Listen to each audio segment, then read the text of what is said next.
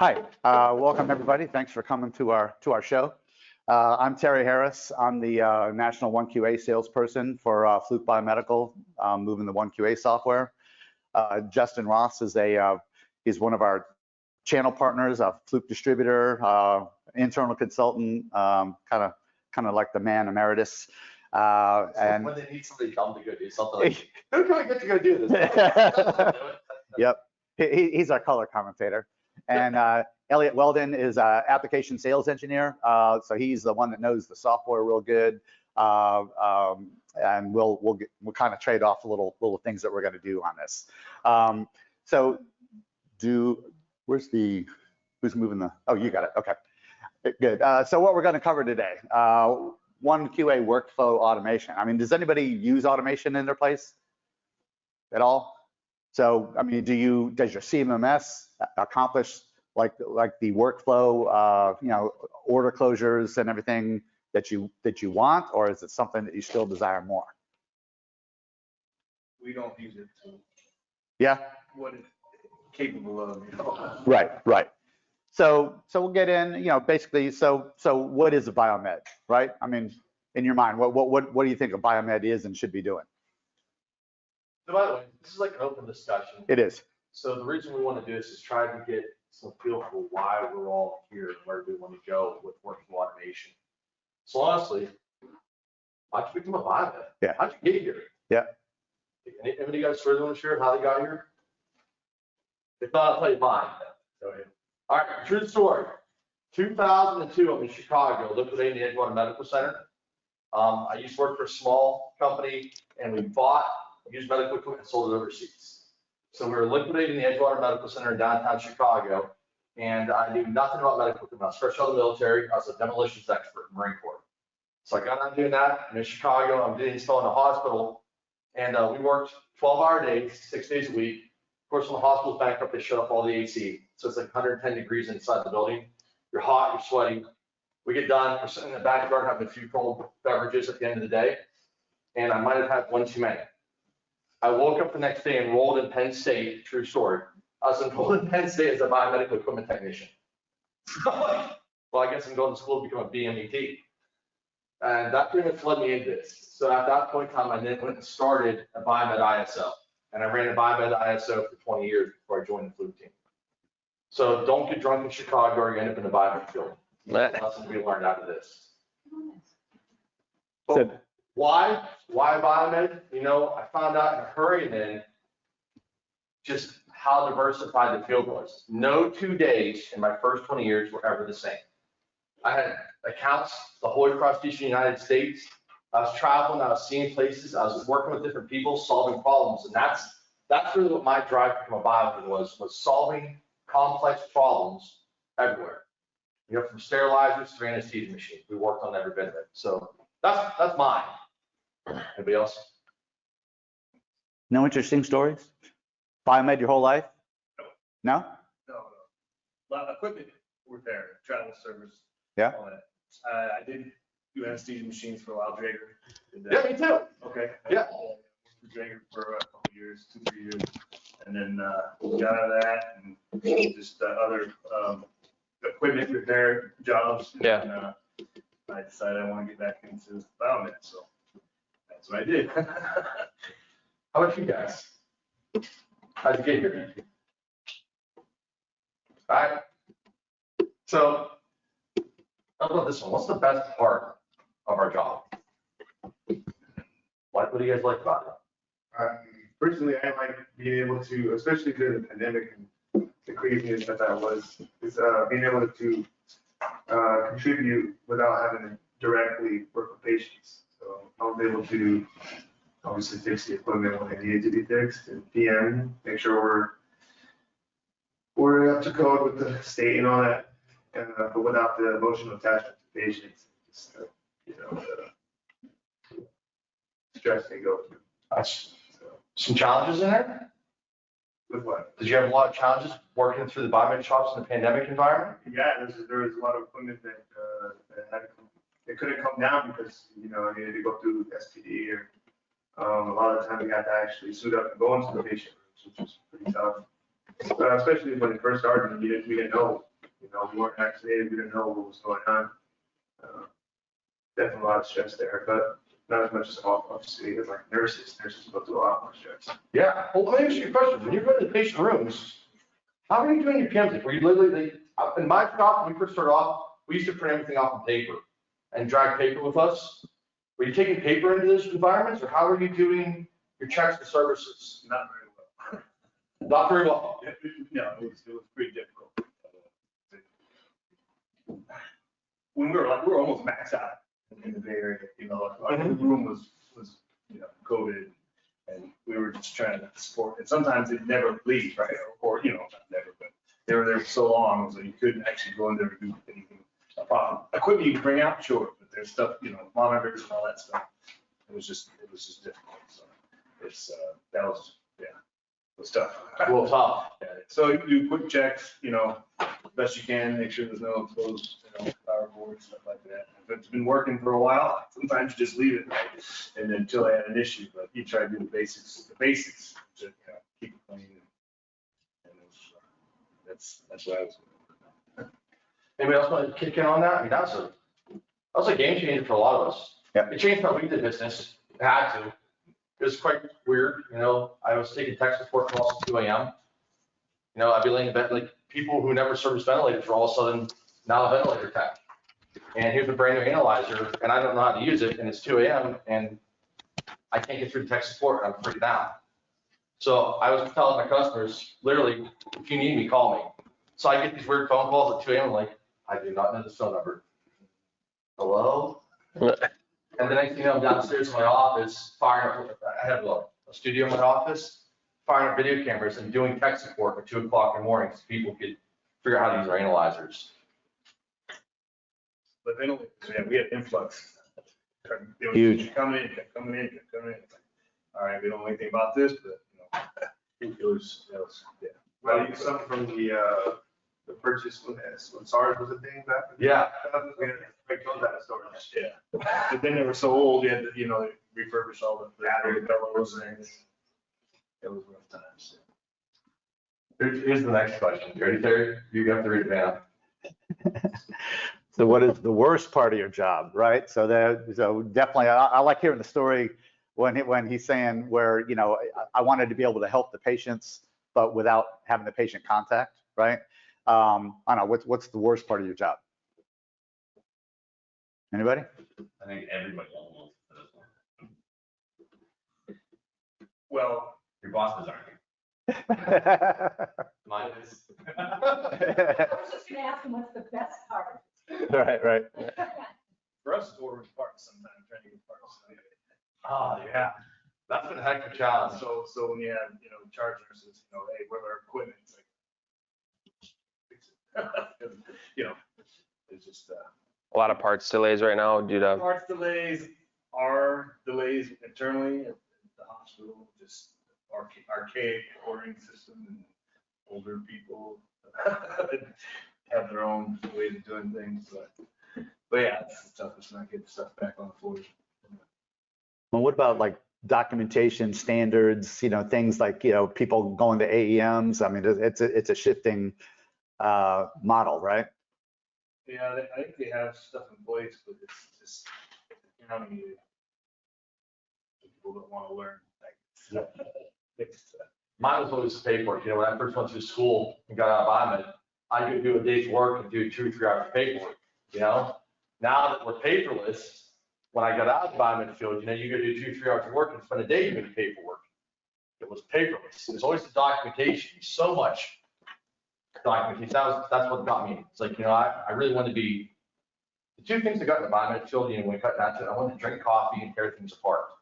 And the documentation got in the way of doing both of those. I think that was the worst part for me too. I was a biomed for a number of years and I like doing the work itself, but just running around with that notebook. And I guess honestly, the worst part of the job is losing the notebook.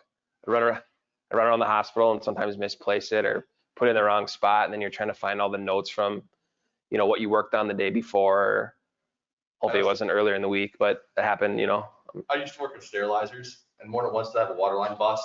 Yeah. And I flooded my notebook. Ruin the notebook, And yeah. flooded 2 PCs, but that's another story. So why should you care about workflow automation, right? So we're talking about, I mean, as far as the workflow automation, there's different schemes over the years, right? We'll talk to you about what we're talking on ours, but why would somebody even care about having it? Efficiency, it's a good one. Anybody? Right, so the thing, we'll talk about it. I mean, there's a bunch of contribute. I mean, you could talk about this really well, but things to consider: CMMS system. We talked about, you all have Metamizer. I mean, there's just it's kind of like a wild west kind of market, right? There's the bigger fish that have the bigger market share, but there's a ton of CMMS companies. And it might even be like an enterprise asset manager that somebody's kind of made work on the CMMS side a little bit. You got all the hardware, the different stuff that you have to have, your return on investment by either buying it, or some people are even, could lease equipment, I guess.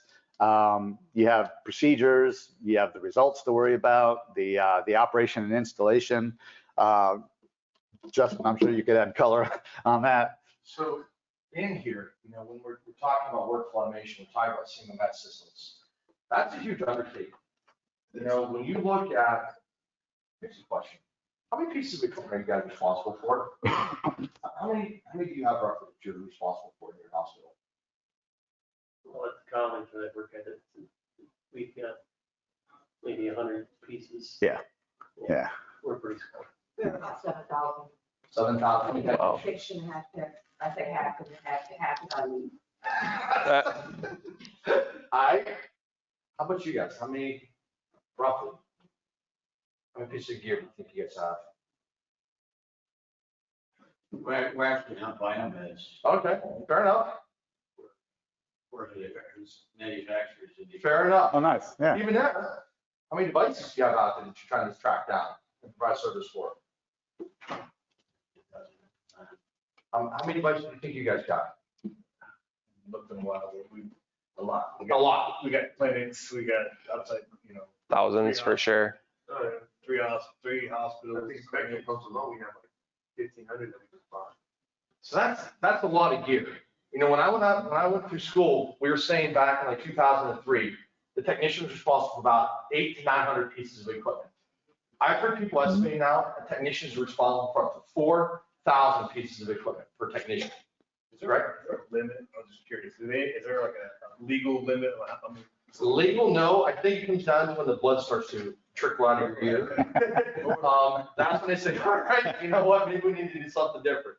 So there isn't a legal limit on it, but the point of it is there's so many devices and there's so many procedures. And here's one that drives me absolutely insane. Like, okay, well, if I'm in this county, I'm following NFPA 99 2008. But if I'm in this county, we're following NFPA 99 2012. So now in my same group, I have two different sets of standards for electrical safety. A bigger one, I brought in a medical device. I brought in a brand new ESU. And in that, they gave me a service manual. And it's a brand new device to a service manual version 1.0. 3 years later, all of a sudden somebody goes, hey man, do you realize there's been like 5 revisions to that manual? And you go, well, yeah, they cut out half these steps. Or what we do, is it even relevant and pertinent to today? Like, we don't have time to go and pull up all these service manuals. Here's another one. In your Biomed shop, we're going down to return on investment now. In the Biomed shop, who doesn't have that huge pile of broken equipment in the corner that we never actually get to? We store it for 10 years, so it's completely obsolete, and we throw it in a dumpster. Because there's just no way we're going to get to those repairs. How about this one? Any shop, even you guys, I know you're a manufacturer, right? How far is it from your facility, your Biomed shop, to the OR, your customer? So you're down in your Biomed shop, you got to do a job. So you've got everything that you throw it on your cart, which is about yay big, and you push it 2.5 miles to the OR. And if anybody doesn't know, if you're not in a hospital, once you walk through the hallway, you might as well have a big bullseye on it, so ask me questions. Everybody's going to stop and say, hey, by the way, James, my nurse call's not working. Can you take a look at that? Hey, by the way, Adrian, the bed in room 3, it's got a squeak in it. Can you just take a peek? And you missed a step. Like you're halfway through something, somebody distracts you, and you get the point back down, you shop your piece of paper and you go, step 14. I forgot step 14. That is a half an hour walk back upstairs. And your guys, if you're sending field technicians all over the place to do things, that might be a days long drive. Or better yet, if you're in production, and you're doing a checkout procedure and something happens, and you missed a step. What really happens with that? We'll talk more about that. Procedures, we touched on that, CMMS systems, talking about hardware. What's your hardware really doing? Like, are you using single-use devices, or does your hardware encapsulate many different devices in one box? All things to consider when we're starting to talk about what workflow automation is. Can I steal your microphone? And I know I'm loud, but I want to make sure they get us online. Thanks, Brigette. So let's dig into what is workflow automation. We're going to discuss today Fluke Biomedical solution for workflow automation. We're calling it OneQA. So first we have to talk about what is automation.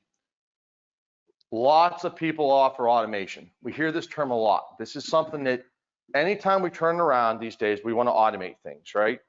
We're going to automate our phone tree. You're going to call in, you're going to talk to a robot and make a selection. That's automation. You know, we're going to automate assembly lines so we don't have to rely on workers and human error. But in the case of this, automation is typically a way to communicate between a medical equipment device, a test device, and our CMMS system. Sometimes this is a one-way street where we're just pulling data from the test equipment and we're pulling it right into our CMMS system. Sometimes the CMMS system will communicate to the device and make the settings for you and then record the data. So it can be a one-way street or a two-way street, right? But we're not really talking about automation. We're really here to talk about workflow automation. So what's the difference between workflow automation and automation? And that's a great question. Thank you for asking. So let's dig into this. If we take a Fluke Biomedical device, because we're kind of, you know, like to talk about Fluke devices in here. In this case, it's our VT900A gas flow analyzer. It could also be our VT650. But some people look at this as one box, one device. But the truth about our VT series is it's not one device. It's actually 13 single-use devices in one box with the ability to view 16 breathing parameters at one time. So you're controlling all of that with workflow automation. But it's not just our VT series. It's also our Impulse, our defibrillator analyzer. And of course, anybody who knows a defib line knows it's not one thing. It's 3 analyzers in one box. It's a defib analyzer, a pacemaker analyzer, and an ECG simulator, and all their corresponding tests. But workflow automation is more than this, because it's also our ESA line. And the nice thing about our ESA line is most of our analyzers, i.e. all of our analyzers, can quickly and seamlessly transition from your world, where you're probably following IAC 60601-1, second or third division in your factory. If you had field service reps, they're probably following 62353 because it's a less destructive test, right? So you need to have the ability to run both of those standards. But you guys don't really care about that at all because that's a lot of work. So we're following NFPA 99. The question is which version of NFPA 99 are we following? Is it 300 microamps or 500 microamps? We don't know. It depends on the inspector in the day. The thing that's so cool about the ESA line is it's capable of doing all those standards and all the tests that correspond to them. And OneQA can simply drive that for you and pre-select, so we can build these procedures that we'll get to in a minute. So it can seamlessly transition from their line to your shop in the same analyzer. So that's actually pretty much like 3 analyzers in one box. Oh, and by the way, it's UL listed. So we'll talk about that maybe a little bit later on here. But it's more than just these devices, because we simply just launched up a ProSim8 interface. So with the ProSim8, we're currently capable of performing 5 patient simulators all at one time. Come on in, come on in. 5 simulations all at one time. Why is this important? Patient monitors have a lot of buttons and a lot of parameters that can be in it. And we can drive those all through OneQA, and you're not scrolling through this. The other thing is, it's going to synchronize all these. So we're going to go back to I used to play tuba in a band a long time ago. So if you're going 60 beats a minute here through ECG, so this is my directing days, it doesn't get much better than this. So you got 60 beats a minute over here through ECG, and if you have another stimulator and you're gonna do SpO2 over here and it's at 60 beats a minute, what's the chances of you ever getting 2 simulators to synchronize? And then maybe you have respirations down here at 12. I can't do this at all. You're never going to get a synchronized waveform. You'll never get a true representation of a patient on your monitor. But the Pro SIM8 and working through this, we can do that. We can actually give you a representation of what that patient would really look like. And with a few simple tricks of a button, you can pretty much test the monitor out in 3 steps: low, high, and normal. We'll talk more about that. OneQA is so powerful that we've been able to take it outside the realm of biomed, and we've been able to move it into imaging. We're now capable of running our X2 system with it. So right now we can run our rad fluoro probes. So we can do DAP, linearity, accuracy, and repeatability. Our mammography and our CT are already in progress. So pretty soon here we'll be able to drive all those things. All of these devices that you see on the screen are what we call interoperable devices. Thank you, great question. There's some things up there that you don't see yet that you know we have. We're working on it. OneQA, a lot of software out there is a pre-canned, pre-built software that somebody simply took and they retooled to their needs. OneQA is actually a true ground-up build. So we have started from scratch and are building this out. So over time, if you come back in 6 months, you might see a few more little lines in here and more capabilities. This is one of the ones we're working on right now. So it's ever evolving. But these are what we all call interoperable devices. So what does an interoperable device do for you? With OneQA, it allows you to drive all these devices together, as well as anytime you connect to them, it's going to record this model, this one's serial number, and this one's calibration date. In your factory, if you have something happen and one of your analyzers is out of calibration, at the end of the year, you send everything in for calibration, and you have one that comes back that says it was out of cal. You might want to go back and test 3 months, 6 months ago to see how far back did that error happen. With OneQA, it's tracking all that data for you automatically. You can literally jump back into the system and go back in time and find each and every device you use that analyzer on. So maybe you want to go back in 6 months and do a spot check and say, oh, these ones are good, move forward 3 months. 100% traceable here. You don't have to do anything. You simply have to plug it in. We'll talk about plugging things in here in a minute. But what about non-interoperable devices? Non-interoperable devices like our QAS3 or the Prunk or the Rigel or any of this. What about a 12-inch ruler? Those are all devices we might need to use in our world. With all of those, we can simply still put the steps in. We can build the procedures in. You can get so many of the added benefits of OneQA still there, even though it's not directly connected to it. So we can still do all those things. So any device you need, we can build it in. It might just not be operable yet. But workflow automation is more than just devices, because we also need procedures. So where do our procedures come from? How do you guys get your procedures? Are you following OEM specs or doing alternative maintenance? Okay, good answer. That's fair. Anybody else want to chime in on that? How do you guys get your procedures? Are you following alternative maintenance? Some of both? A little bit of both? All right, so the basis is usually the operator's manual, right? That's what's going to start the whole process. We're going to get into the operator's manual, and we need to have the procedure, the diagram, pictures, data, and passwords. So up till now, back in 2003 when I was a young lad and dinosaurs were still on the earth, we would grab our cart and we'd go grab the paper manual out of the library. But then you had to make sure that James put it back so Adrian could have it, and that somebody didn't rip out page 12 that had all the passwords on because it got covered in coffee. OneQA pulls all that data right into the procedure. So when you're going, all of your tools are in this box for you ready to go. Box. Software system, similar. But there's more to it, because we all know after we've been out in the field and been doing our jobs for 5-10 years, we know if we select step 7 and step 9, it cuts 20 minutes down. Just an engineer didn't think about that and they wrote it that way. So we like to customize how we do it. Or maybe we need to know where the device is at, or the password to get into it. Or hey, take out these 4 screws.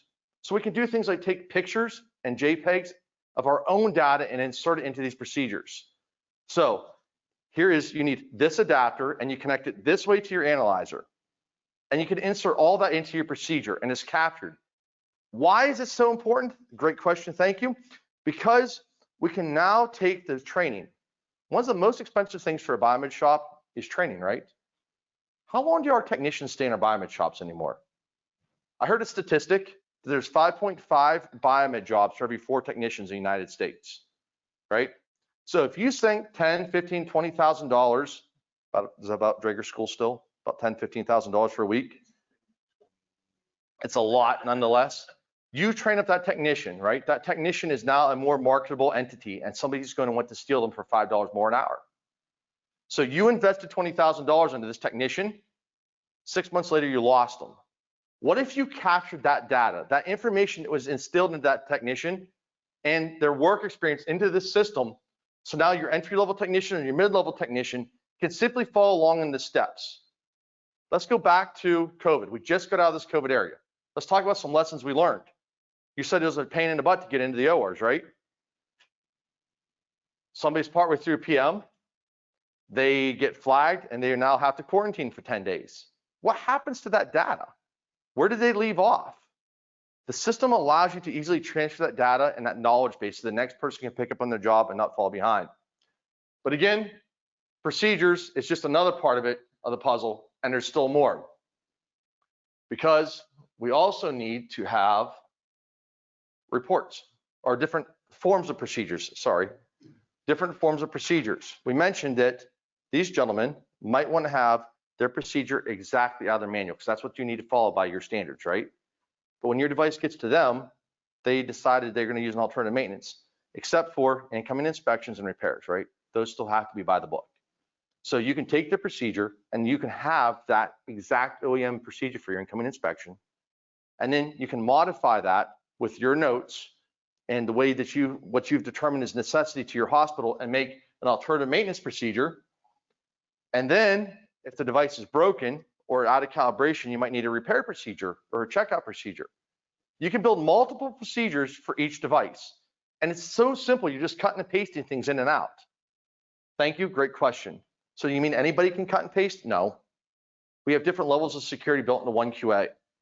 So what we can do is we can have what's called an author and an administrator. So you give somebody the right to go in and change things, and then you can simply lock it out. So that way you know that your technician's altering these procedures, and it's gonna be done the same way every time. What's next, Elliot? Do you remember the next slide? I think we are talking about, oh no, they beat me, asset inventory. It does have its own built-in asset inventory. It's an optional thing. This might come from your CMMS platform, or you can have your own individual into here.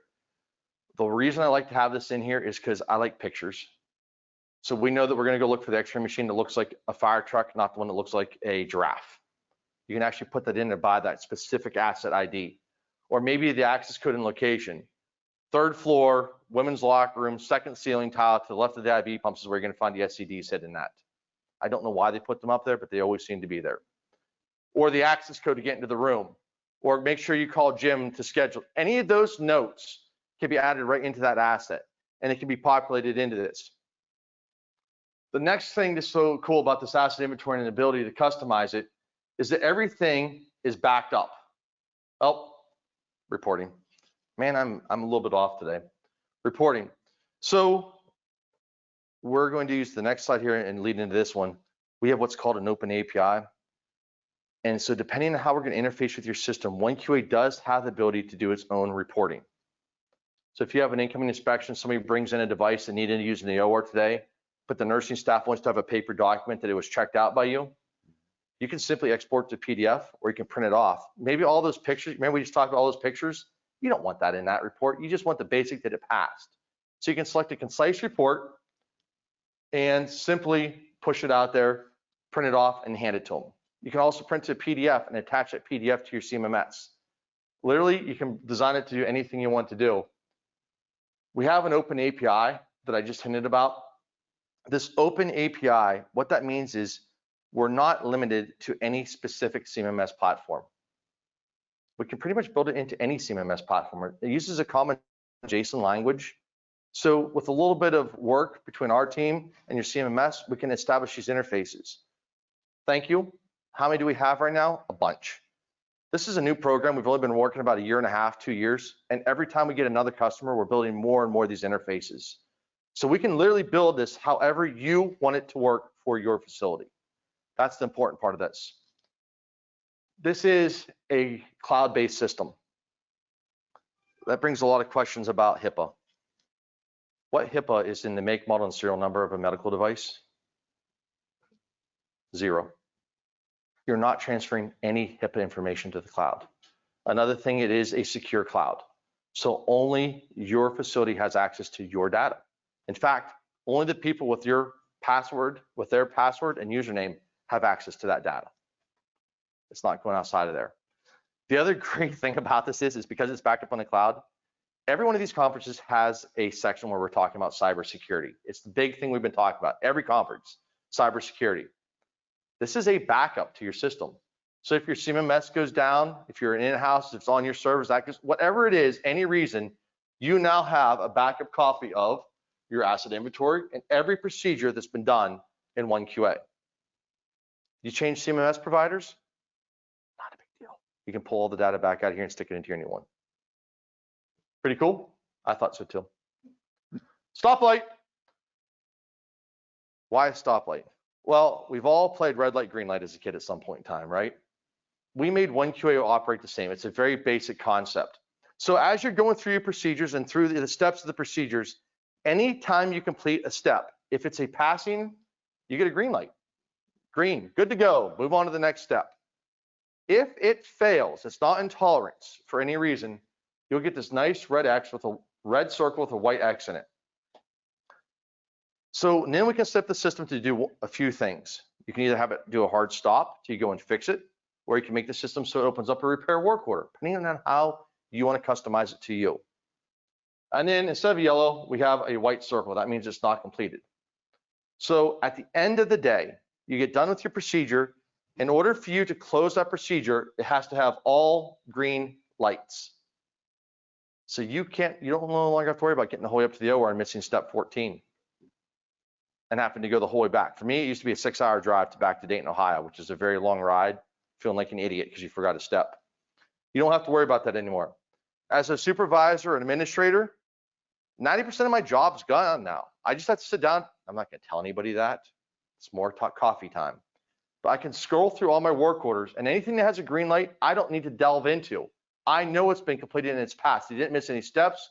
All their results were within tolerance. It's good to go. I only need to look at the white ones that aren't done and the red ones that failed.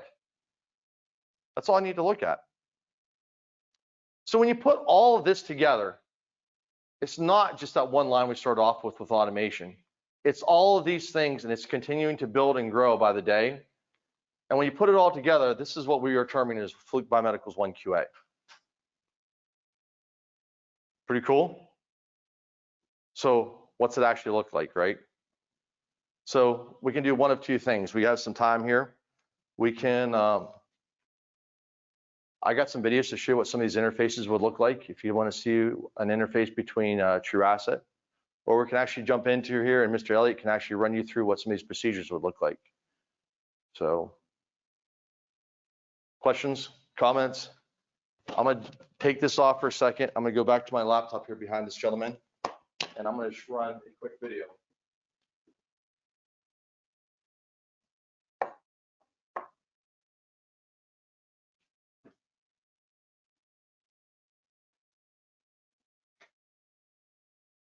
Maybe.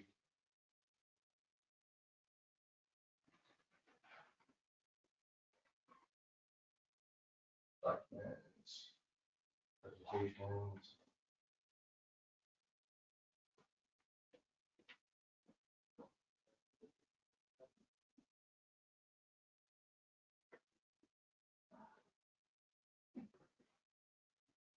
So everything works so great until you actually have to do the presentation.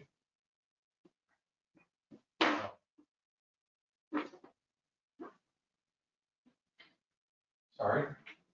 Try this one more time. There you go.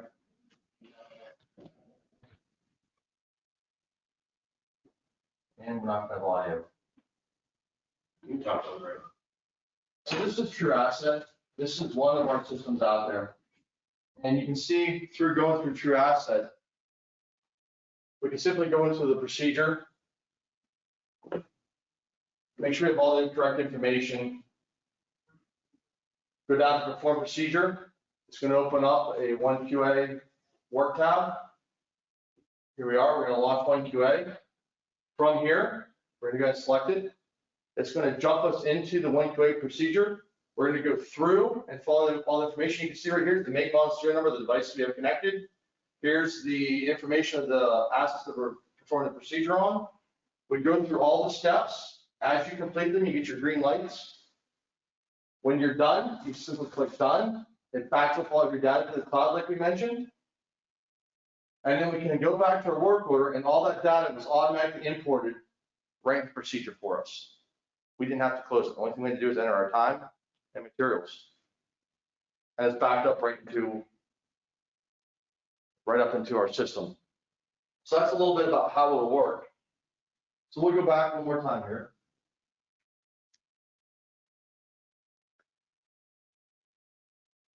And that's just kind of an example of what the integration looks like with Tru Asset. Like Justin said, whatever CMMS system you have, for the most part, we haven't really came across one that we can't do an integration with. And it's just kind of defining what you as the customer want that integration to look like.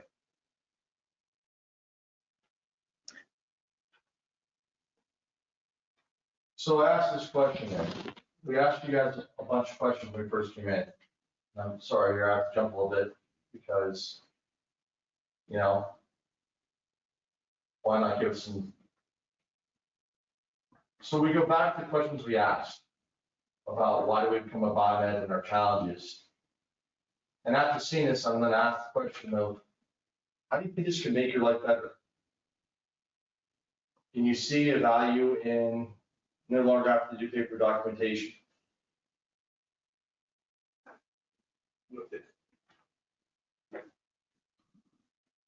I broke the computer. So another aspect too, we talk about, so say, you know, everybody's trying to scramble on who they can hire for new blood, right? Mark, I know you run a school, right? I've talked to directors where they said, you know what, I'm not even looking for a biomed anymore. I'm just looking for someone who's got half a brain, is willing to do the work, eager to learn, and has some basic electrical knowledge, right? So you start them in your shop, then what do you do, right? Yeah, do you have time to babysit onboarding this new person, right? If you can picture, this gives you the structure, right, to where you say, hey, look, you know, it literally walks you through the whole, I kid, it's like a cookbook with a recipe, right? Just follow that procedure, right? Have it do what it tells you to do. As the manager or whoever is the administrator of that, you can create the procedure, the content, lock it down. It cannot be changed. It ensures that you have a uniform output for your shop, right? Doing it the way you want it done. So it's nice. Some things people ask us a lot about is, how much time is this going to save me? So we've done a few studies. We've worked with a bunch of hospitals. We've worked with some OEMs. On average, we're showing about a 30% reduction in time. I say on average. So what we did is we took the basis of our experiment is we took a gentleman fresh out of school. We were at an advanced anesthesia machine class, and the gentleman literally went through the basic class the week prior and then the advanced class. He had field time of maybe 3 weeks working on anesthesia machines. And we took the procedure right out of the manual and we had him run it. We timed him how long it took him to do it. And then we did the same procedure through OneQA. So I should say in that first test, he used the VT900A. So we had the same analyzer both times. The second test, he still had the VT900A, but the difference was OneQA drove everything for him. And we had the pictures of how to set it up and how to do it. So we took him and we did the same exact thing with the senior level technician. And we got 3/4 of the way through and the senior level technician said, hey, this is really cool, but if I switch this and this, he said, okay, let's try that. So we did it and we timed him again. When you average that together, he actually had a greater time savings than an entry level technician. So when we averaged all together, we came up about 30%. And through more and more studies, that seems to hold true. So I asked the question, what do you do with that 30% time savings? Where am I going to reinvest it? Does that mean I'm no longer needed as a biomed? Absolutely no. Absolutely, positively no. What that means is now we have time to do things like make sure we have the most recent version of the service manual, right? Or free us up to go to school. Or how about this one? As a hospital environment, wouldn't it be nice to be on the committee that decides if this is going to come in so that you can do things like request a service manual in the negotiations of the sale, or request time to go to school and that negotiation, you're not paying for it. Get ahead of the ball instead of behind the ball. How about this? How about that huge pile of broken equipment in the corner of the shop that we never get to repair? That's where we can put that 30% of time. Another question we get all the time is, okay, well, we're going to do this, but this is like a huge undertaking, right? So I tell a story. We have a video online that we can show you guys. One of my hospitals in my backyard, essentially, 3 older gentlemen, they're all veterans. They decided to adopt a brand new CMMS system. They brought in a Tru Asset and OneQA on top of each other. And it took them 3 weeks to be up and running. They said the first week they wanted to murder each other. But back in week 2, they had figured it out enough. They started getting up and running. They started automating systems. That freed up a lot of time. That freed up time. They dumped it back into building more systems. Another great question. So we're going to onboard. What's this going to look like for us as we're going to bring this in? What's it going to feel like for my Biomed shop? So you're going to get an Elliot. This is one Elliot. We're going to bring Elliot out and our team. We're going to help you onboard. We'll set up a demo. We'll find 5, 10 work orders, procedures that are very near and dear to you. Which ones do you select? I always suggest the most litigious, painstaking procedure. Have Elliot help you build it. We already have 70 pre-built procedures in the system. We can add a few more. So let's get the ones that are the most litigious for you, the most complicated ones, so you can really feel the impact of OneQA. The other one I do, whatever I have to do 10 million of, the most tedious, monotonous, pain procedures. And I automate those ones. Even if it only saves 10 seconds of procedure, 10 seconds times 2,000 devices is a lot of seconds that we can free up. So we automate those 2. And every time we can save more and more time, it's more and more time we can build the next procedure. Building procedures is literally cut and paste, drop and drag. So that's where we start to pull it in.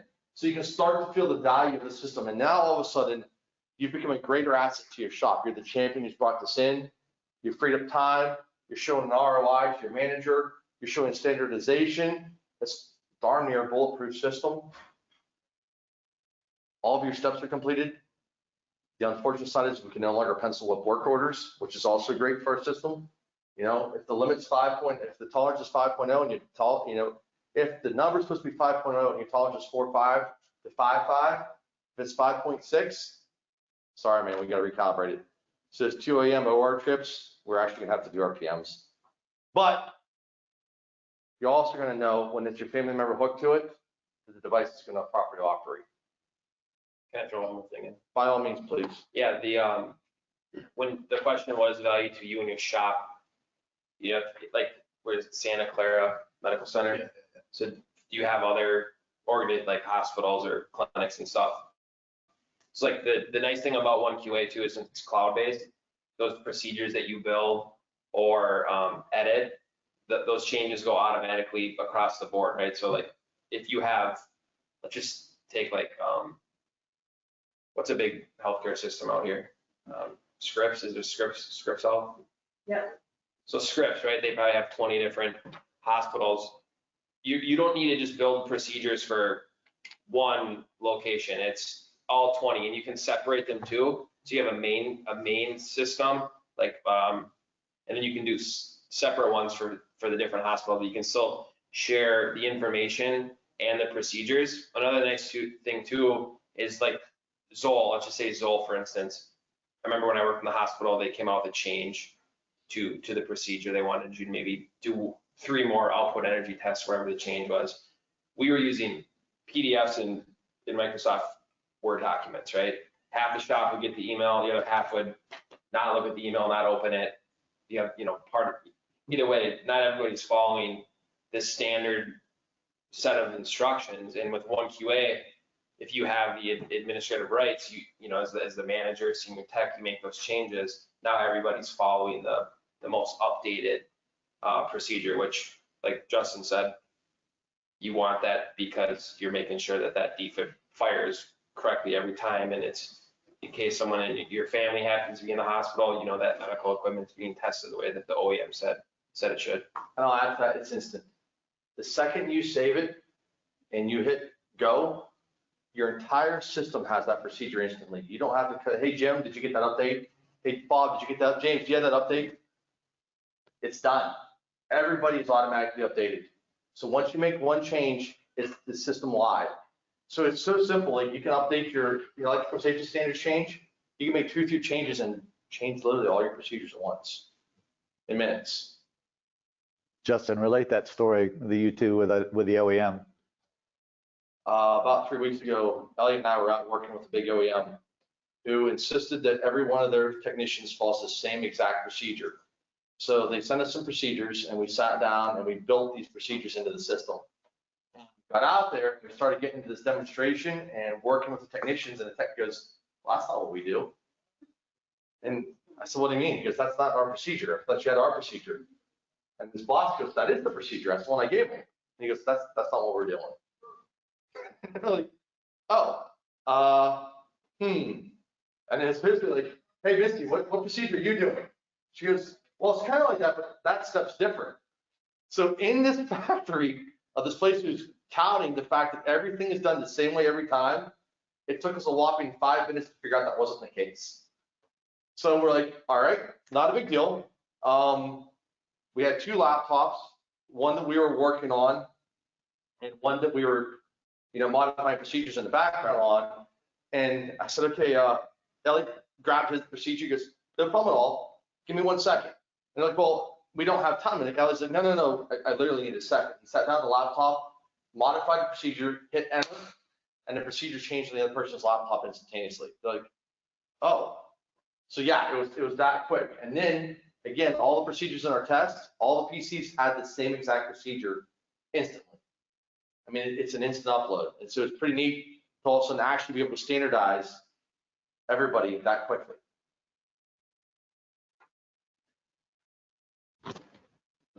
So we get 10 minutes. You guys have questions? You want to see it working?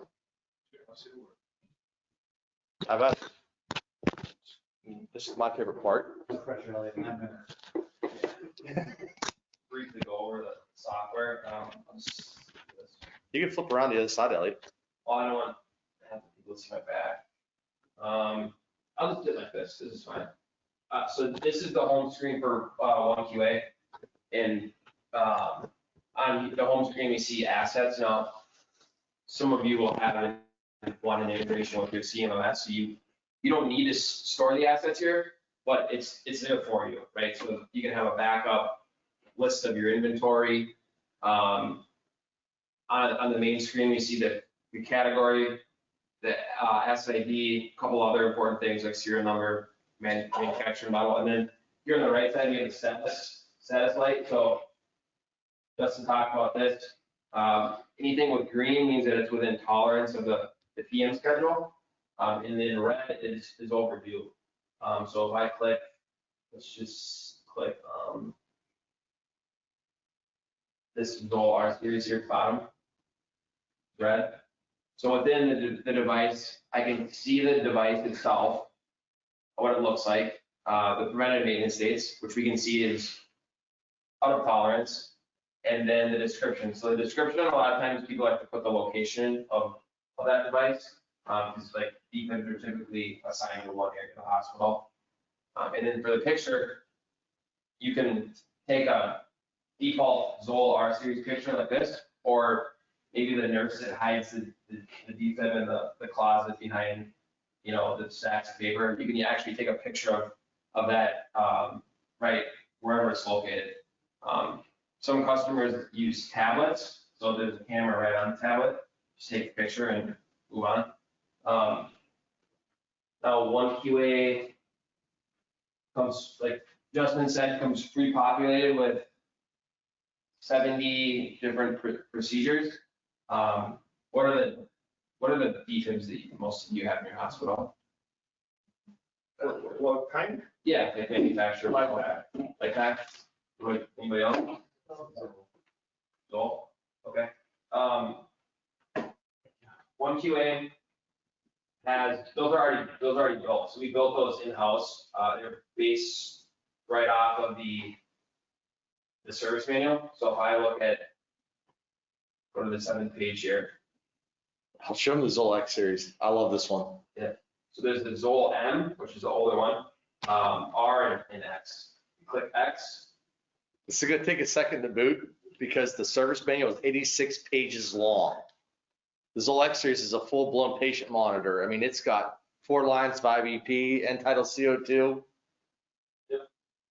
So this was, I think it says it in here, but it's based right off of the product service manual. Version 2. Yep. And so, I mean, everything's in there, right? All the instructions that you would typically have in the service manual. And then the further we go down, like we build them in the workflow that Biomed typically do their work. So physical inspection first, further down you start to do operational testing, and then for this we do electrical safety maybe last. You can move that around though if you like. But you'll see we even captured the icons and the screen captures right out of the service manual, so you know exactly the buttons you need to go through. You don't have to pull your service manual now. Like, it's all here at your fingertips, right where you're working. Yep. And then, so the further we go down, we get into the automated testing. Now, this output energy test here, there are a lot of, you're probably doing like 20 or 30 energy tests. If you're not doing that at your hospital, let's say you wanted to do just 10, having the administrative rights to edit, you can go up to the upper right and select edit. What that does is gives you the ability to make changes, right? And then once you select save, then everybody in the shop will then, like if I press save, 15 seconds later, Justin goes out to do the PM, he'll pull back the most updated procedure. Hey, Elliot, go to, can you show them the GE Estiva one or Aspire? Is this on this? The GE, which one? Aspire. Aspire. Yeah, we got some really cool pictures in that one, so you can show them how the pictures look like. Yeah, 4 minutes. Computer is. We're on a guest Wi-Fi network, so that's a little bit slow. Yeah. While he's switching over, it's something else to talk about. Licensing. So a really cool thing about this is we're basing this off of congruent licenses. Meaning, how many techs you guys have in your facility system? 12 in our shop, including, JJ's out in the field, so maybe 13, I guess. Yeah. So System, is that system wide or just your shop? just our shop. It's complicated because the other hospitals have contractors. So That's cool. Yeah. How many technicians do you guys have? About 7. About 7? So this is based off congruent licenses. With 7 technicians, I'd probably say you probably need 4 to 5 licenses. How many people are actually going to be on the system at one time? So you're not buying it for this and this and this. It's a subscription-based system. So how many people are going to be online at one time? And you can try out 4, and then 6 months later, you bring on 2 more technicians, you want 5, call up Terry, and he goes, and it's there. only 7 people can be on at one time, is what you're saying? No, we were just talking hypothetically. It could be, So for you guys, you have Yeah. 13, you're saying? So maybe you want 8 licenses or 9 licenses. You can try that. So how many people are going to actually be on the system at the same exact time? Because somebody's always traveling, somebody's always doing repair work, somebody's always sick or drinking coffee or taking a nap. I was at a VA down in Eastern United States. I shouldn't give it away, but they had a 72-inch TV. And when they're not doing something, they watch cooking shows. They actually have cooking competitions in their Biomed shop. So somebody was always watching TV in the shop. My point is, like, so you might not need a license for everybody, but if you need to add or subtract it, it's simple enough. That's another great question, man. So what about MRI vaults where there's no internet at all? Not a problem at all.